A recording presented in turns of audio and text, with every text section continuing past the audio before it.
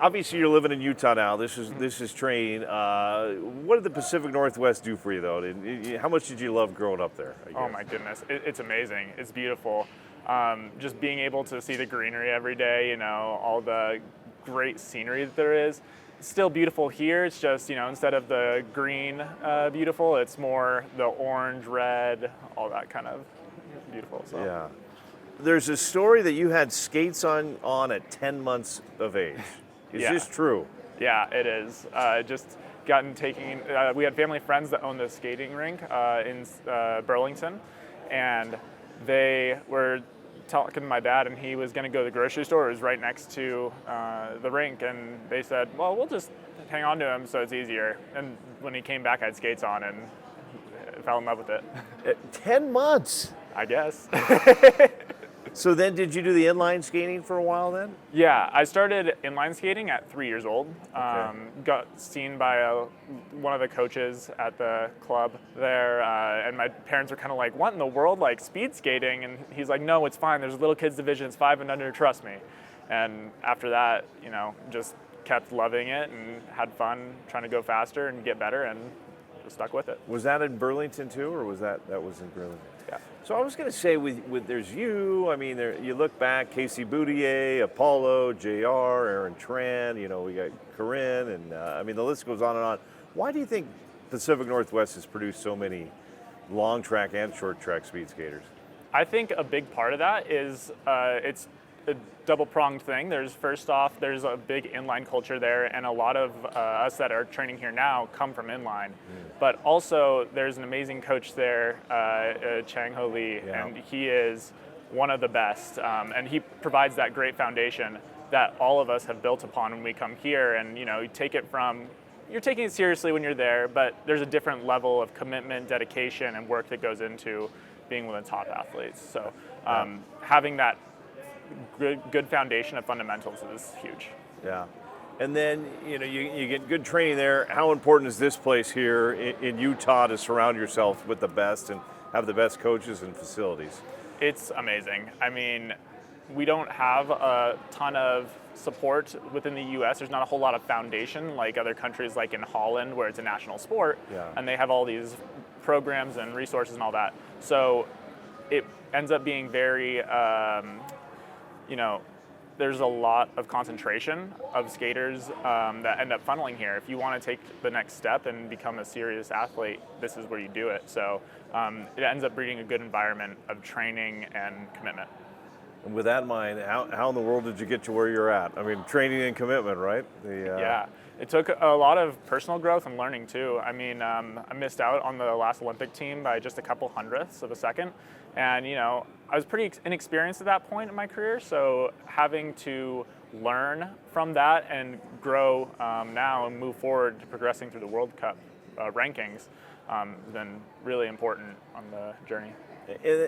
In journey of different athletes, it does sometimes take those little moments to kind of push you to a high to reach another thing. Obviously, that has probably fueled your fire a little bit, hasn't it? That little moment there. Oh, absolutely. I mean, I like to say you don't learn anything when you win. So you learn things when you're supposed to win and you don't. And that goes for every walk of life, right? If you're supposed to do well and you fail a little bit, you got to go back to the drawing board a little bit.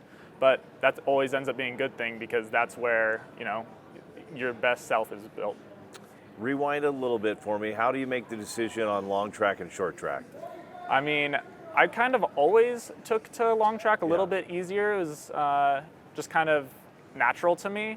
Obviously, we train in the short track rink when we're back in Seattle because it's just a smaller kind of thing. So we don't have the oval. This is the closest oval to the West Coast. So it was kind of a whim though for me when I moved here to be like full-time long track. Let's do it. Yeah. What does it take to be good at long track? It takes a big fitness base. Our summers consisted of lots of aerobic fitness, anaerobic fitness, technical stuff. But also, like I just said, the technical stuff is huge. The how-to, massive, knowing where you need to get better, all that. And then on race day, you still have to go show up. So, and do all those things that you'd practice. And the U.S. is putting together a pretty good long track team. You set a world record. What was that like to be part of that team, to be part of that moment? I mean, just to go through that for me. It was pretty fun. So for me, I was kind of going into it with, it was my second race of the day. So I had a pretty quick turnaround after, so I was kind of tired. I was like, I don't know, had some egging injuries going on. I don't know if I'm going to do this. And then we go out and we start having a good race, and it felt pretty all right. Didn't feel like anything spectacular, which is kind of crazy to say. Yeah. And I honestly didn't even realize when we had crossed the line that we had broken the world record. It didn't like click in my head. So there's like a pretty funny moment somewhere of like somebody said something to me and the camera was on. I just went, woo! But yeah, no, when I heard that, it was amazing. It's something, our team is the same guys we train with every day here. So getting to do that with your boys, your friends, It was pretty special. That's something you'll never take that away from you guys. That's pretty cool. Yeah. And that's all obviously got to be like, okay, we can compete against the best, obviously. When you see things like that, results like that, right? I mean, like anything's possible, right, with this team? Yeah, absolutely. I mean, we're very confident in ourselves, and we've done well across the past couple of years. So to have that culminate in a world record moment was pretty awesome. In sports, there's ups and downs. You've had to deal with broken arms. You had a bike accident you've got through. How have those things made you tougher as an athlete? Well, you definitely learn to take things in stride. Not everything's always going to be perfect, and that is really helpful to be reminded of sometimes, even if it's under bad circumstances. A lot of what we do with skating is being able to take things that happen, whether it be little injuries, you're not feeling good on a day, and take that and do your best with it. So, like back a couple years ago when I crashed on my bike, my hand was pretty mangled. It taught me that I can get better in other ways, even if that's not necessarily on the ice at that time, or not pushing the intensity or speed. There are other ways to get better. Yeah. What would it mean to make that Olympic team in 2026? What would that be like for somebody that's trained since you had skates on since you were 10 months old, I guess? Yeah. It would be amazing. It would just be coming to a pinnacle in the journey, and it's doing what you want to do when you were a kid, right? So it's a realization of a dream you've had for a long time, and it would just mean everything. Yeah. And what is it like? It's obviously nice to represent Skagit Valley, Kirkland, Juanita High, now Edgewood. Might as well throw Fife and Milton into that since your parents are there. But what's it like putting the red, white, and blue on and going out there and representing the U.S.? Oh, it's a special feeling, you know. You get to grow up watching all these amazing athletes over the years, all these sports, representing their country. So getting to do that and just show people what you've done over the past few years, and what you're doing with your life, kind of, and do that for your country is pretty special. Pretty cool stuff, yeah, that 100%. We were talking with the short trackers about the technical aspects of it. How much is that in long track, like blades? How important are little things like that? Oh, it's huge. Last year I ended up having a little bit of blade issues before our first World Cups, and I just felt like I couldn't skate at all. Got those ironed out pretty well, and then immediately I would say if I was to guess how many World Cup ranks I would have risen, because it was right before a World Cup season.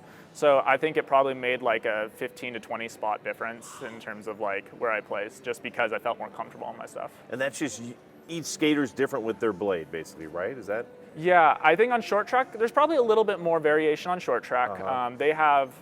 Their blades are a little rounder, so it leads for more wiggle room. Our blades on long track are a little bit flatter because we're on a bigger radius.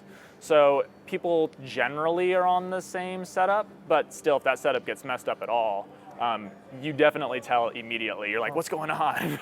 So you just go back into the tech center and figure it out? And Try to. Yeah. Well, that's what makes it tough, too, is sometimes you're like, is it me or is it my equipment? Which is tough, so. Okay, that's good. Interesting. Yeah. All right, anything else you want to say? Or No. Hey, rock and roll. Well, I guess my last question is, you're doing well. I mean, you're on the right path. What advice would you give, not just for skaters, for young athletes out there that want to succeed in life? I'd say definitely embrace the journey. Everything is a learning opportunity. Whether you think you know better than somebody, you don't know better than somebody, everybody has something to offer, whether that be about your sport exactly, or if they know better than you and what they're talking about or not, they still could have valuable input. So definitely be willing to listen because you never know where you're going to get your best advice from.